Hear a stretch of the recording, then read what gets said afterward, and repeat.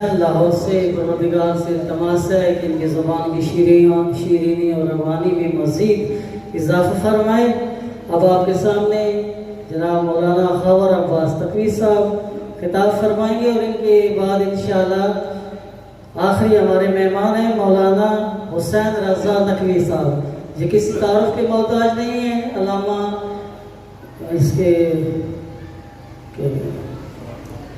حافظ حسین صاحب کے یہ بیٹے ہیں اور قبلہ یاس شاہ صاحب کے یہ پوتے ہیں، بہترین مسائل بھی پڑھتے ہیں۔ میں التماس بھی کروں گا کہ وہ امام نحو کی شہادت جو ہے وہ آپ کے سامنے پیش کریں گے انشاءاللہ۔ وہ پیردار خان تشریف فرما ہیں، آ رہے انہوں نے کہا میں 5:30 بجے آپ کے درمیان ہوں گا۔ میں تمام عزاداران سید الشہداء سے اور عزاداران امام محمد تقی علیہ السلام سے ملتمس ہوں گا کہ آپ تشریف رکھیں آخری خطاب فرمانے والے ہیں۔ بآواز بلند صلوات پڑھیے محمد و آل بیت محمد۔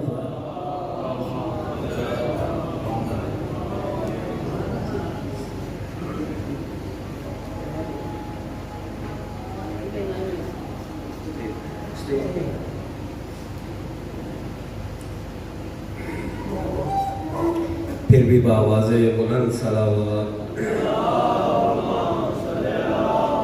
محمد و آل محمد۔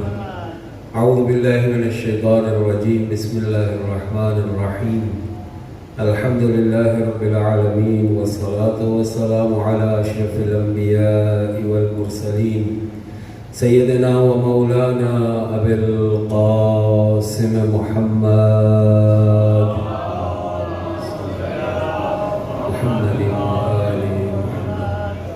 وآلہ الطیبین الطاہرین المعصومین الذین اذهب اللہ عنہم الرجس وطہرہم تطہیرا۔ صلی علی واللعنة الدائمة على أعدائهم من يوم عداوتهم إلى قيام يوم الدين، أما بعد، فقال إمام علي بن موسى الرضا عليه أفضل تحية والثناء: هذا المولود الذي لم يولد مولود في الإسلام أعظم بركة منه۔ صلوات پڑھے محمد و آل محمد۔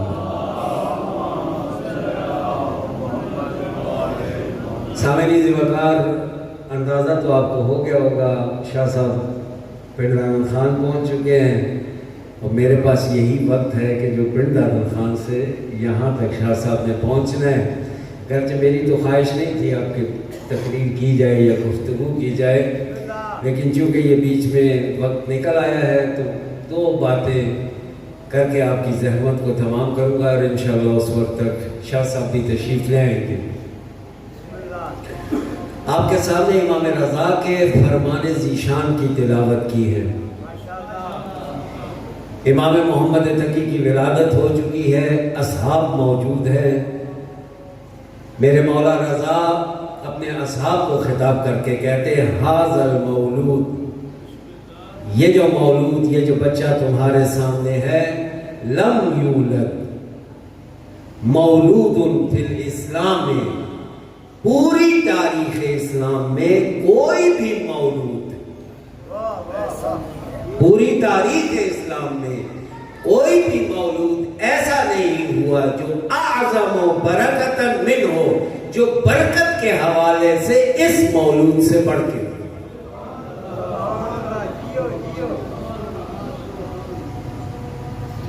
یعنی تاریخ اسلام میں۔ سامعین سے بتا یہاں ایک سوال بنتا ہے، مزاج گفتگو سے تو آشنا ہے، کوشش یہی ہوتی ہے کچھ دے کے جایا جائے۔ ایک سوال بنتا ہے، ہمارا مسلم عقیدہ ہے کہ ہر امام بعد والے امام سے پہلے والا امام افضل ہے۔ مصطفیٰ علی مرتضیٰ سے افضل ہے، علی مرتضیٰ حسن مجتبیٰ سے افضل ہے، حسن مجتبیٰ سید الشہداء سے افضل ہے، سید الشہداء علی زین العابدین سے افضل ہے، وہ امام باقر سے افضل۔ ہر بعد والے امام سے پہلا والا امام افضل ہے۔ ایک افضلیت کی وجہ خود باپ ہونا ہے۔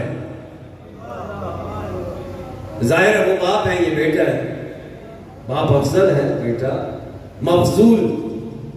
بس ایک سوال جو آپ سے بنتا ہے وہ یہ کہ تاریخ اسلام میں آپ نے خود کہا ہر پہلے والا امام بعد والے امام سے افضل ہوتا ہے۔ اگر ہر پہلا امام بعد والے امام سے افضل ہوتا ہے تو خود امام محمد تقی سے ان کے بابا کو افضل، جو جتنا افضل وہ اتنا مبارک، جو جتنا افضل وہ اتنا مبارک۔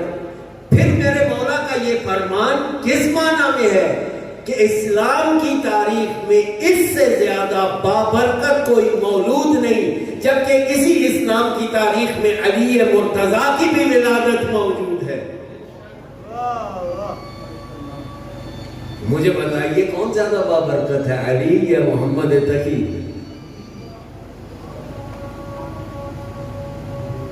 بس اس فرمان کا کیا معنی ہے کہ جو امام رضا کا ایک فرمان نہیں ہے، کئی جگہ پر یہ حضرت کا فرمان ہے، تعبیر مختلف ہے۔ ایک جگہ فرمان ہے ھذا المولود الذی لم یولد لشیعتنا کے لفظ ہے کہ ہمارے شیعوں کے لیے اس سے زیادہ بابرکت کوئی نہیں، اور کئی جگہ پر ہے پھر اسلام میں اس سے بابرکت مولود نہیں ہے۔ عزیزان گرامی، اس فرمان کو سمجھنے کے لیے اور ان برکتوں کے پہلوؤں کو کہ جو اس حدیث میں نہفتہ ہیں آپ کی خدمت میں پیش کرنا چاہوں گا اس مختصر سے وقت میں۔ ایک صلوات پڑھی محمد وآل محمد۔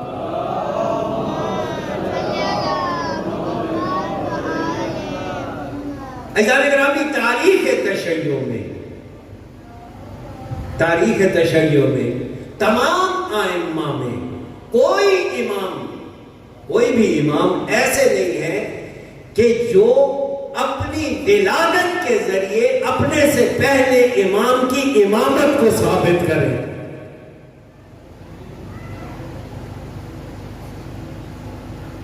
یعنی جس کی ولادت اپنے بابا کی امامت کے ثبوت کے طور پر ہو، یہ تاریخ تشیع میں کسی امام کے لیے نہیں ہے۔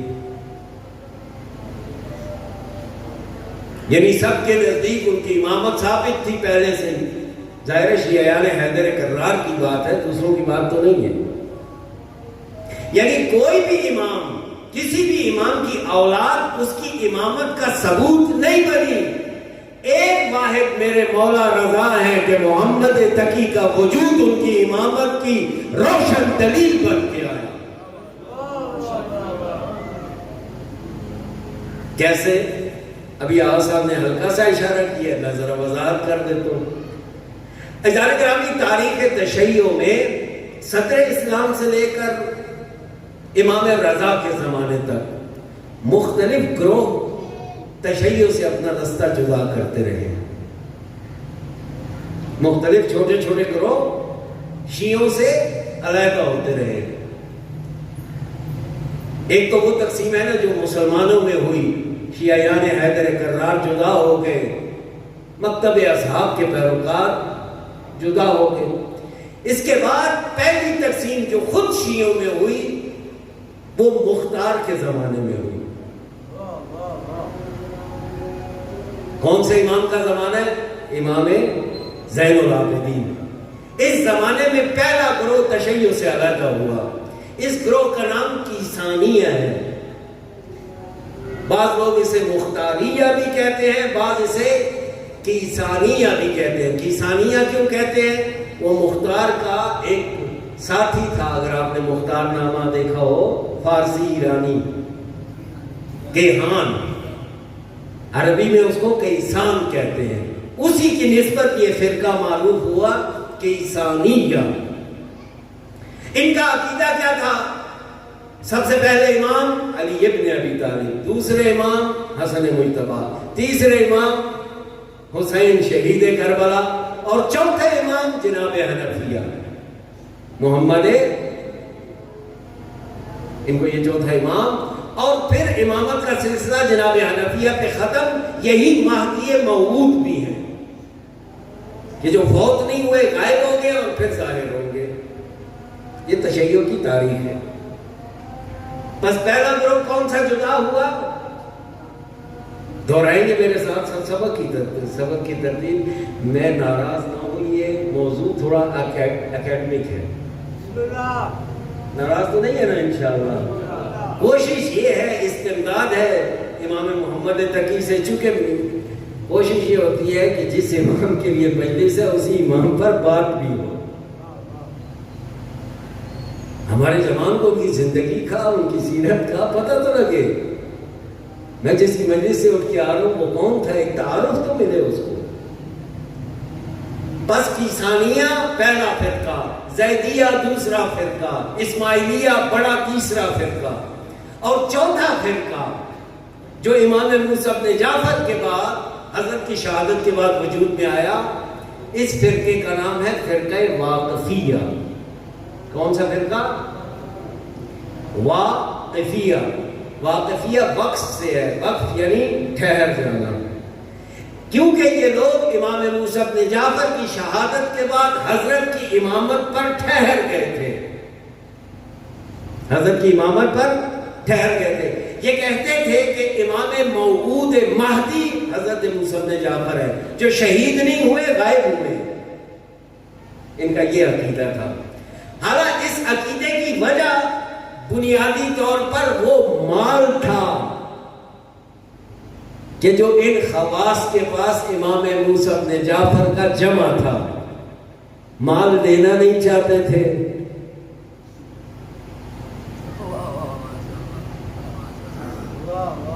بڑے آڑے آتا ہے یہ مال، یہ بڑے سطح کا مسئلہ ہے اور گڑبڑ ہے۔ ہماری نجی زندگی میں چھوٹے چھوٹے گڑبڑے ہیں مال کی، کہاں ہمیں مال حق بات کہنے سے روک دیتا ہے، کہاں ہمیں مال الا ماشاءاللہ۔ ان کے پاس مال تھا، یہ زعماء تھے بڑے بڑے، اب میں نام نہیں لیتا پھر وہ ہمارے گلے میں پھٹ ہو جائے گی۔ یہ بڑے بڑے زعماء تھے۔ ان لوگوں کا عقیدہ کیا تھا؟ جناب موسیٰ بن جعفر شہید نہیں ہوئے۔ اچھا، ان لوگوں کے پاس، واقفیہ کے پاس، ظاہر ہے جب ایک نیا عقیدہ بنتا ہے تو لوگ اسے آسانی سے قبول، ان کے پاس ایک پروپوگنڈا تھا، ایک بات تھی کہ جس کا یہ بہت زیادہ پروپوگنڈا کرتے تھے، اور جو ان کے عقیدے کو بہت زیادہ مدد دیتا تھا، وہ جملہ اور وہ شے۔ پروپوگنڈے کے اثر کو آپ نے دیکھ تو لیا ہوگا نا، جسے نہیں سمجھے میں تازہ مثال دے دوں۔ یہ کچھ عرصہ پہلے پٹرول 5 روپے پڑتا تھا، لیکن ہر جگہ شور چونکہ میڈیا پہ مچتا تھا، آپ کو بھی سمجھ آتی تھی پٹرول بڑھ رہا ہے۔ اب 50 پڑتا ہے، ہمیں سمجھ ہی نہیں آ رہی کیا ہو رہا ہے۔ اس ٹائم بکا ہوا تھا، اب بھی بکا ہوا ہے، اب خاموشی کے لیے بکا ہوا ہے، اس ٹائم شور مچانے کے لیے بکا ہوا تھا۔ میں کسی کی طرفداری نہیں کر رہا، نہ کہیے گا یہ فلاں پارٹی کی ہے، نہیں، کوئی تعلق نہیں ہے میرا، لیکن آپ کو پروپیگنڈے کی تاثیر دکھاؤں گا۔ ہمارے کان صبح شام بھرے جا رہے تھے، مہنگائی سے مر گئے ہو تم، لوٹے گئے ہو۔ وہ آج کیا ہے صورتحال؟ یہ چند مہینے پہلے ہی تبدیلی کی ہے نا آپ لوگوں نے، لیکن اس وقت پروپیگنڈا فل شدت سے تھا، پیسہ لگا ہوا تھا، میڈیا پروپیگنڈا بہت بڑا اوزار ہے۔ امام رضا کے خلاف واقفیہ کے پاس جو سب سے بڑا پروپیگنڈے کا ہتھیار تھا وہ یہ تھا، یہ لوگ کہتے تھے تم جو کہتے ہو شیعہ کہ امام رضا امام ہے، ہم تمہیں دلیل دیتے ہیں امام رضا امام نہیں ہے۔ ہاں کیا دلیل ہے؟ کہا دیکھو آپ کہتے ہو امامت کا سلسلہ جاری رہے گا یہاں تک کہ امام مہدی آئیں گے، ایسا ہی ہے نا؟ ہاں ایسا ہی ہے۔ بس ہر امام کے بعد بیٹا ہونا چاہیے یا نہیں ہونا چاہیے؟ ہونا چاہیے۔ کہا بتاؤ امام علی رضا کی عمر کتنی ہو چکی ہے؟ کہا 50 سال۔ کہا بیٹا ہے؟ کہا نہیں۔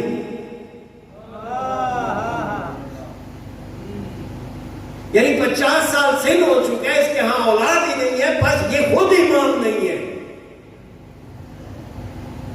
یہ پروپیگنڈا ہوتا تھا حضرت کے خلاف۔ واقعیہ اس پروپیگنڈے کا سہارا لے کر حضرت کی کمر شکنی کرتے تھے، اور معاشرے میں بڑا گروہ تشیع سے انحراف کر کے واقفیہ کے ساتھ جا کے مل گیا۔ اس دلیل کی وجہ سے کہ اگر یہ امام ہوتے تو ان کی اولاد ہوتی۔ یہ خواص کی بات نہیں ہے، عوام کی بات ہے۔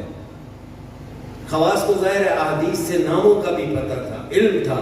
بہرحال اس زمانے میں بھی ایسی کتابیں ہر گھر میں موجود نہیں تھیں کہ آپ کتاب اٹھا کے امامت کا باب کھولیں گے، حدیث رسول کی امامت کے باب میں کون کون سی مطالعہ کر سکیں۔ وہاں تو چند لوگوں کے گھروں میں کتابیں ہوتی تھیں، ایک ایک نسخہ، دو دو نسخے، لہذا عام عوام تک اطلاعات دقیق نہیں ہوتی تھی۔ لہذا نتیجہ کیا نکلا؟ واقعیہ نے ایک بڑے ٹولے کو گمراہ کر دیا اور یوں تشیع میں ایک پھوٹ پڑ گئی۔ تشیع دو بڑے حصوں میں، زیدیہ تشیع سے جدا ہوئے، بڑے حصہ نہیں تھا۔ کیسانیہ چھوٹے سے چند لوگ جدا ہوئے تشیع سے، جو بعد میں مل گئے۔ اسماعیلیہ بھی شروع میں اتنے بڑے نہیں تھے۔ واقفیہ وہ سب سے بڑا گروپ ہے جو تشیع سے جدا ہوا ہے، شیعی تھے۔ تشیع میں پھوٹ پڑی، بہت بڑی پھوٹ پڑی، اور اس پھوٹ کا سبب اور وجہ اور پراپیگنڈے کی دلیل کیا تھی؟ امام کا لا غلط ہونا۔ اب میرے مولا کو اللہ نے محمد تقی دیا کہ جس کا آنا اس قدر بابرکت ہوا کہ واقفیہ کی ہوا نکل گئی اور تشیع پھر ایک جگہ جمع ہو۔ ظاہر ہے جب مولا کا ولادت ہو گئی تو زمانے گمی ہو گئی، اب کیا کہو گے؟ اس وجہ سے میرے مولا نے فرمایا ھذا المولود اعظم برکۃ فی الاسلام، چونکہ یہ وہ مولود ہے کہ جس کے آنے سے میری امامت ثابت ہوئی، شیعہ ایک پلیٹ فارم پہ دوبارہ جمع ہو گیا۔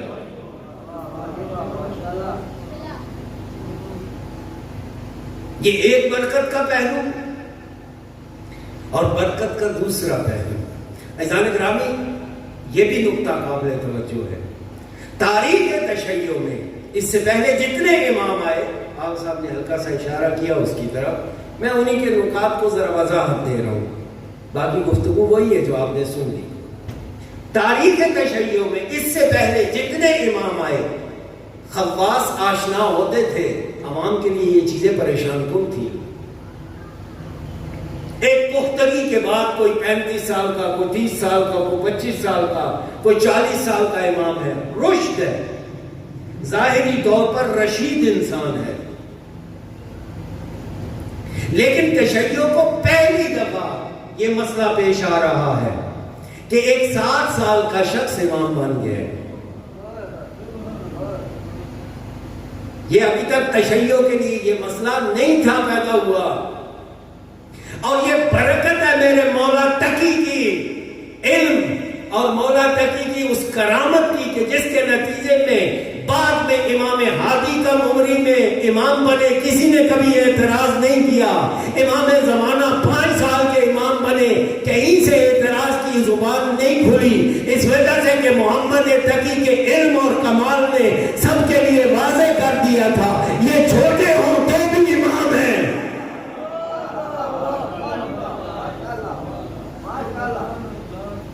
یہ میرا بابرکت امام۔ عجیب صورتحال تھی، عوام خواص۔ بغداد زلزال نامی محلہ ہے بغداد کا، وہاں پہ کون بیٹھا ہوا ہے؟ ریان بن سلط، یونس ابن عبد الرحمن، صادق آل محمد کے مجتہد صحابی۔ یہ 8-10 افراد شہادت امام محمد امام علی رضا کے بعد اکٹھے ہوتے ہیں، گریہ اور زاری میں مصروف ہیں۔ اب رو رہے ہیں یہ سارے کے سارے بیٹھ کے، اتنے میں یونس کہتا ہے ان کو مخاطب کر کے مجمع کو، اب روتے ہی رہو گے جب تک یہ بچہ بڑا نہیں ہوتا، جو بچہ بھی مدینے میں ہے، جب تک یہ بچہ بڑا نہیں ہوتا کسی امام کا انتظام کرو وہ ہماری ہدایت کر سکے۔ یہ جملہ تاریخ نے نقل کیا ہے، کس کی نسبت؟ یونس ابن عبد الرحمن۔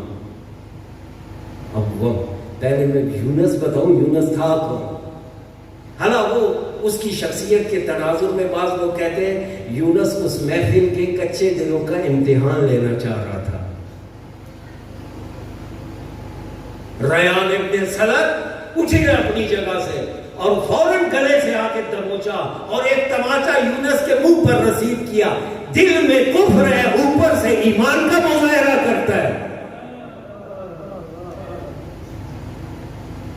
جناب ریان نے تاریخی جملہ کہا، کہتا ہے جب امام اللہ کی جانب سے فرق نہیں کرتا وہ ایک دن کا ہو تب بھی امام ہے، اور اگر اللہ کی جانب سے نہیں ہے تو 100 دن کا بھی ہو تو عام آدمی ہے، 100 سالوں کا بھی ہو تو عام آدمی ہے. یہ تشیع کی تاریخ میں نقل ہے، یہ پریشانی کا شکار ہے. اور یہ عام تشیع واقعاً پریشان ہو گئی اس کا ممری کی امامت پر. شکر کریں آپ اس زمانے میں ہیں جب تعلیمات اور معارف بالکل واضح شکل میں ہمارے پاس موجود ہیں. ان زمانوں میں ہوتے تو نہ جانے کہاں ٹانگیں لڑکھڑاتی جا کے. چنانچہ ایک پورا وفد زعمائے شیعہ کا 80 افراد تقریباً حج پہ جاتے ہیں اور حج کے بعد مدینے تشریف لے جاتے ہیں تاکہ جا کر اپنے امام کی زیارت کر سکیں. یہ زعمائے شیعہ آ کر اس گھر میں بیٹھتے ہیں جہاں امام جعفر صادق رہا کرتے تھے. اللہم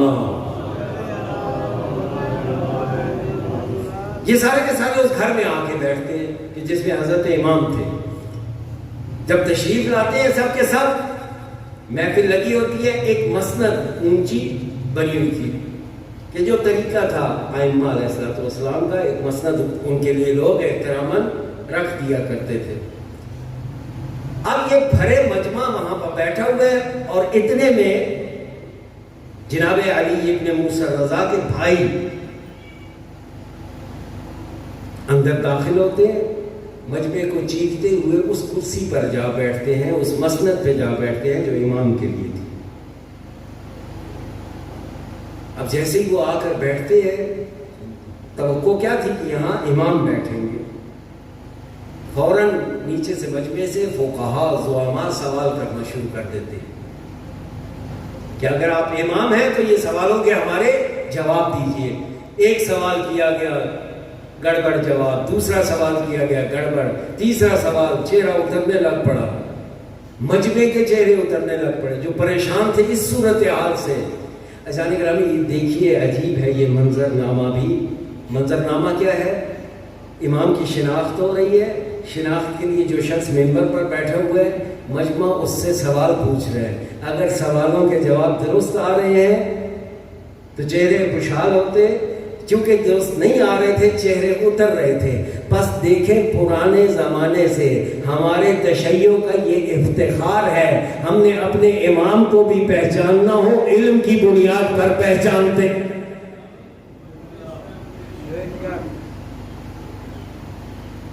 ہم حتیٰ امام کو پہچاننا ہو ہمیں معیار علم دیا گیا ہے. خوب یہ اسی امام کا ممبر ہے نا، تو یہاں آنے والے کا کوئی امتحان نہیں بنتا.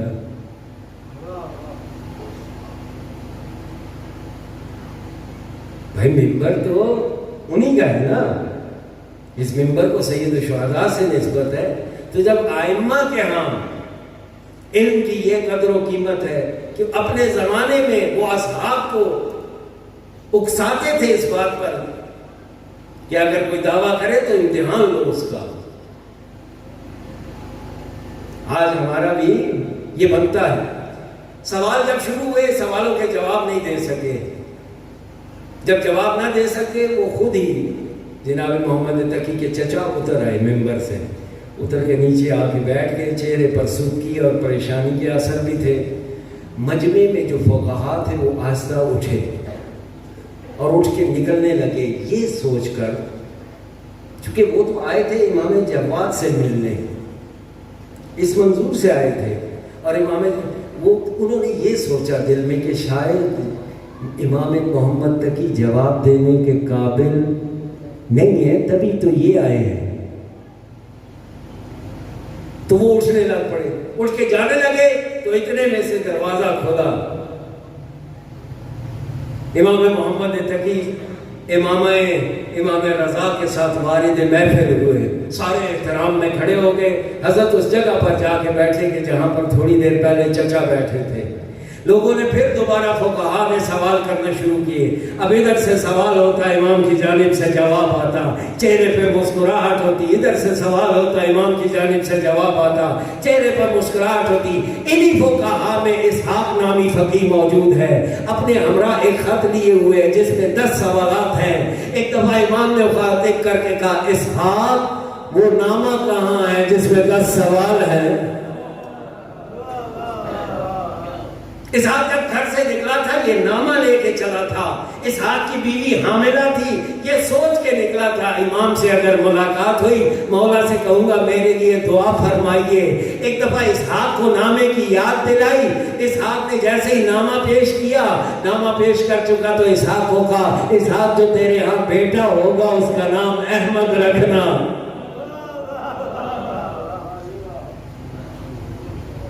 اس کا نام احمد رکھنا. یہی برکت وجود امام تقی ہے کہ یہ بلوغ سے پہلے امامت کا مسئلہ حل ہوا. امام محمد ہادی, امام علی ہادی کم عمری میں امام بنے, امام زمانہ کم عمری میں امام بنے, لیکن کبھی سوال نہیں ہوا تاریخ تشیع میں. ایک اور برکت یہ میرے مولا علی ابن رضا کے, مولا محمد تقی کے وجود کی برکت ہے کہ امام رضا سے پہلے شیعوں کے جتنے فرقے بنے امام رضا سے پہلے بنے.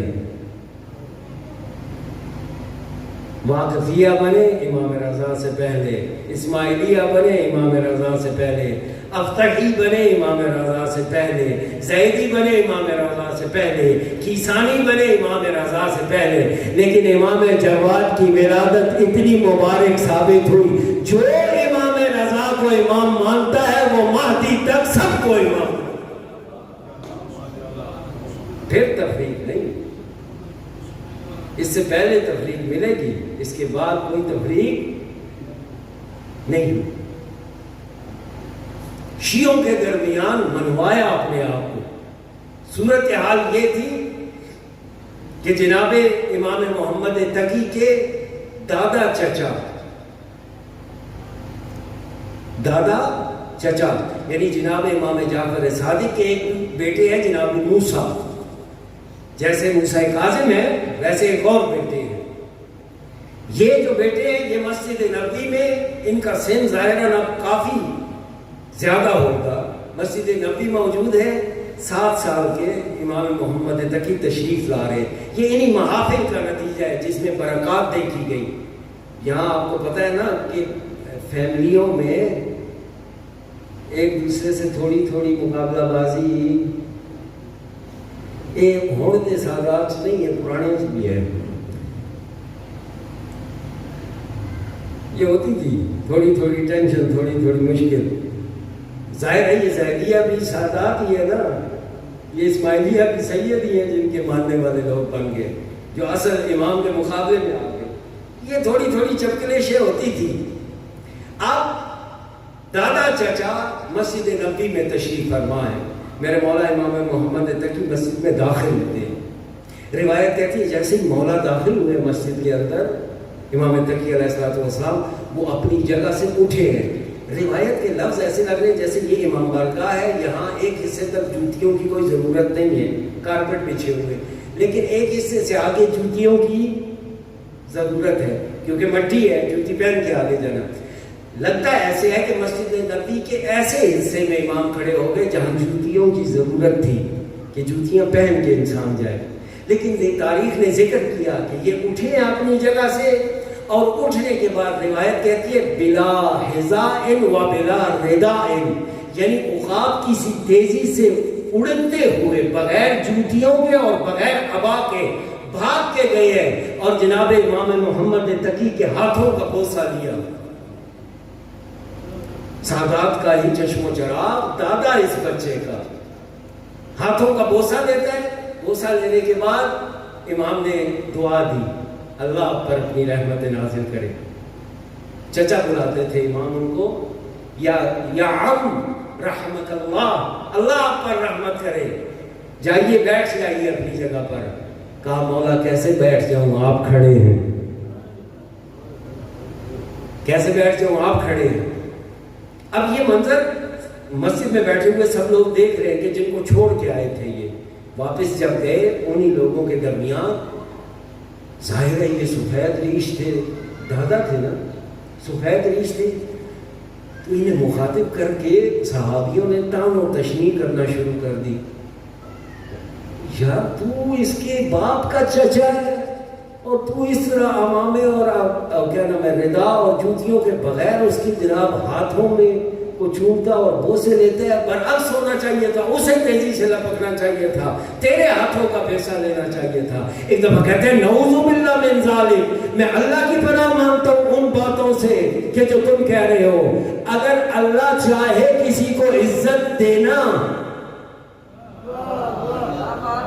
میں کون ہوتا ہوں اس سے عزت چھین سکوں، اور اگر اللہ اس سفید داڑھی کو عزت نہیں دینا، اگر اللہ عزت نہیں دینا چاہتا تو یہ اس کی مرضی ہے۔ یعنی اس 7 سال کے قد و قامت کے بچے نے ایسے اعجازات اور برکات اور کرامات دکھائیں کہ تشیع بالکل منقلب ہو گئی۔ امت اسلامیہ اس میں یہ امامت ایک بہت بڑا مسئلہ تھی۔ خود تشیع میں بھی شک اور شبہ وجود میں آئے حضرت کے زمانے میں، جو حضرت نے دور کیے اپنی برکت سے، اور پھر ملت اسلام میں بھی تشکیک ایجاد ہوئی۔ آپ کو پتہ ہے مولا امام علی ابن موسیٰ الرضا کا ایک لقب ہے عالم آل محمد۔ ایک لقب کیا ہے ان کا؟ عالم آل محمد۔ حضرت کو کیوں کہا جاتا ہے عالم آل محمد؟ حضرت کو اس وجہ سے کہا جاتا ہے کہ حضرت کا علم بہت زیادہ، چونکہ مناظرات کیے مامون کے دربار میں، جو سامنے آتا اس کو اوندا کر دیا، علم میں مات دی، شکست دی، اس کے نتیجے میں حضرت کا یہ لقب بڑا معروف ہو گیا تھا عالم آل محمد۔ فقط شیعوں کے نزدیک نہیں، شیعہ سنی پوری ملت اسلامیہ کے دلوں میں حضرت اپنے علم کی وجہ سے، اپنے کردار کی وجہ سے، اپنے تقویٰ کی وجہ سے گھر کر چکے تھے۔ یہ گھر کر جانا ہی تھا جس کی وجہ سے مامون اب نہ انہیں اس حیثیت میں اتنا، جب لوگوں کے دلوں میں ان کی عزت بن گئی ہے، نہ مدینے بھیج سکتا تھا، نہ اپنے پاس خراسان رکھ سکتا تھا، اس کے پاس حل ہی نہیں بچا کہ سوائے اس کے کہ اسے شہید کر دیں۔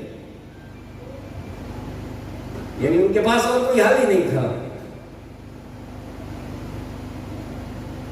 یعنی اتنی حضرت کی ویلیو ہو گئی تھی امت اسلام میں، ظاہر ہے اتنی ویلیو والا، اتنی شخصیت والا کہ جو سب نے دیکھ لیا تھا خراسان کے جو اس وقت دارالخلافہ تھا، اس میں سب نے دیکھ لیا تھا کہ علمی اعتبار سے، دین کو سمجھنے کے اعتبار سے، ہدایت کرنے کے اعتبار سے یہ شخص اس مامون سے بڑھ کے ہے۔ وہ ایسا شخص تو بڑا خطرناک ہے۔ اگر یہ مدینے چلے جاتے اسی تعارف کے ساتھ تو نتیجہ اس کا کیا نکلتا؟ چوتھے ہی دن بغاوت کا ایک لشکر۔ لہذا مامون نہ انہیں مدینہ بھیج سکتا تھا اور اپنے پاس بھی نہیں رکھ سکتا۔ بھائی ظاہر ہے کیسے رکھے گا؟ ایک فاضل آدمی موجود ہو، ظاہر ہے میں اگر کسی اسکول کا پرنسپل ہوں اور ایک ٹیچر ایسا آ جائے جو مجھ سے زیادہ ایڈمنسٹریشن کرنا جانتا ہو، مجھ سے زیادہ علمی ڈگری بھی رکھتا ہو، گفتگو بھی اچھی کرتا ہو، تو پرنسپل کو اور کسی بھی استاد سے تکلیف نہیں ہوگی، سب سے زیادہ تکلیف اسی استاد سے ہوگی۔ اگر کوئی میری جگہ لے سکتا ہے تو یہ ائمہ علیہ السلام سے کیا تکلیف تھی لوگوں کو، کیوں زہر دلواتے تھے؟ اس وجہ سے کہ انہیں پتا تھا کہ ملت اسلامیہ کو پتا ہے یہ علم میں بھی افضل ہے، یہ تقویٰ میں بھی افضل ہے، ہدایت کا حق بھی یہ گھرانہ رکھتا ہے۔ لہٰذا ہمیشہ ان حکمرانوں کو تکلیف رہا کرتی تھی، لہٰذا نہ اپنے پاس رکھ سکتا، نہ مدینے بھیج سکتا، شہید کر دیا۔ بس میرا مولا امام رضا کی حیثیت یہ تھی کہ عالم آل محمد اب اسی عالم آل محمد کے بعد، یعنی اتنی بڑی علمی شخصیت کے بعد، اتنی بڑی کردار والی شخصیت کے بعد ایک مرتبہ کیا ہوتا ہے کہ ایک 7 سال کا بچہ اس کی جگہ لے رہا ہے. ایک 7 سال کا بچہ اس کی جگہ لے رہا ہے. عزیزان گرامی خود سوچیے آپ، یعنی اتنی بڑی شخصیت کے بعد جب چھوٹا سا بچہ اس کی جگہ لے گا تو امت اسلامیہ کے قلوب میں کتنی تردید وجود میں آئے گی. اور اس تردید کو یحییٰ ابن اقسم کے اس مناظرے نے دھو کے رکھ دیا میرے مولا تقی نے. صلوات پڑھے محمد و آل محمد پر.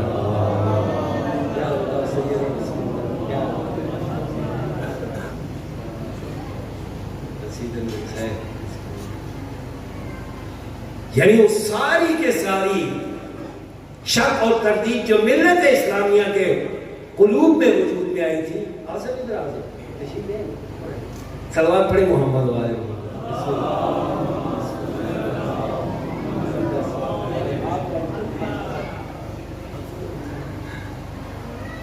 یعنی وہ جو شک اور تردید کی کیفیت تھی، ذرا چیزوں کو ان کی ڈیپتھ کے ساتھ، عمق کے ساتھ سمجھے. یحییٰ ابن اقسم کا مناظرہ کوئی عام مناظرانہ جیت نہیں تھی، یہ در حقیقت امت اسلامیہ پر مکتب امامت کی فتح کا نام تھا کہ تم جو دعوے دار ہو کہ ہدایت کے طریقے یہ ہیں، نہیں، ہدایت کے یہ طریقے نہیں ہیں.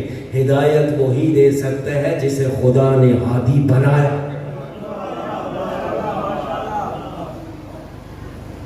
اس کو صرف مناظرہ نہ لیا جائے، بس اپنے بجا منہ کہنے پر یہ بات کہ ھذا المولود الذی یولد، یہ جو مولود پیدا ہوا ہے فی اسلام میں کوئی اور مولود اس سے برتر اور اس سے بابرکت تر نہیں ہے. عزیزان گرامی، شاہ صاحب تشریف لے آئے ہیں، ہم ان سے استفادہ کریں. ایک جملہ صرف مصیبت کا، زیادہ جملے نہیں، ایک جملہ. عزیزان گرامی، میرے سارے کے سارے امام مقتول سوائے 2 کے باقی سب زہر سے شہید کیے گئے ہیں. سوائے 2 کے، امام حسن، امام سید الشہداء اور امام علی مرتضیٰ، باقی تمام کو زہر دیا گیا اور شہید کیا گیا. لیکن یہ جتنوں کو زہر دیا گیا نا ہے، ان میں 2 ہستیاں ایسی ہیں جو زہر میں بھی بڑی مظلوم تھی. زہر سب کو ملا لیکن یہ 2 نہایت مظلوم تھی، اس وجہ سے کہ انہیں زہر دینے والی اپنی بیویاں تھیں.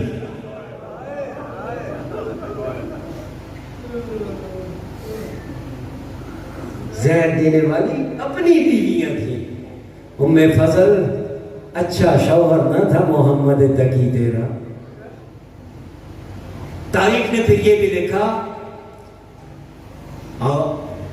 امام محمد تقی کے جنازے میں معتصم نے رکاوٹ ڈالی کہ حضرت کا جنازہ شیعہ تشییع جنازہ نہ کر سکے.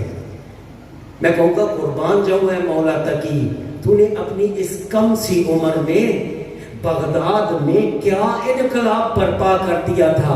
مگر یہی بغداد نہ تھا کہ جس کے پل پر تیرے دادا کا جنازہ پڑا رہا، مزدور اعلان کرتے رہے، کوئی اٹھانے والا نہیں تھا. لیکن تاریخ نے لکھا کہ معتصم نے رکاوٹ ڈالی، پورے بغداد کے شیعہ تلواریں لے کے نکل آئے، کہا ہم اپنے امام کو بے وارث نہیں چھوڑیں گے. اور میں قربان جاؤں کربلا کے میدان میں ایک دفعہ زینب کبریٰ نے بھتیجے کے چہرے کی پیلاہٹ جو دیکھی، کہا او بھتیجے تیرے چہرے کا رنگ کیوں بدل رہا ہے؟ کہا اماں کیوں رنگ نہ بدلے، جس کے باپ کا جنازہ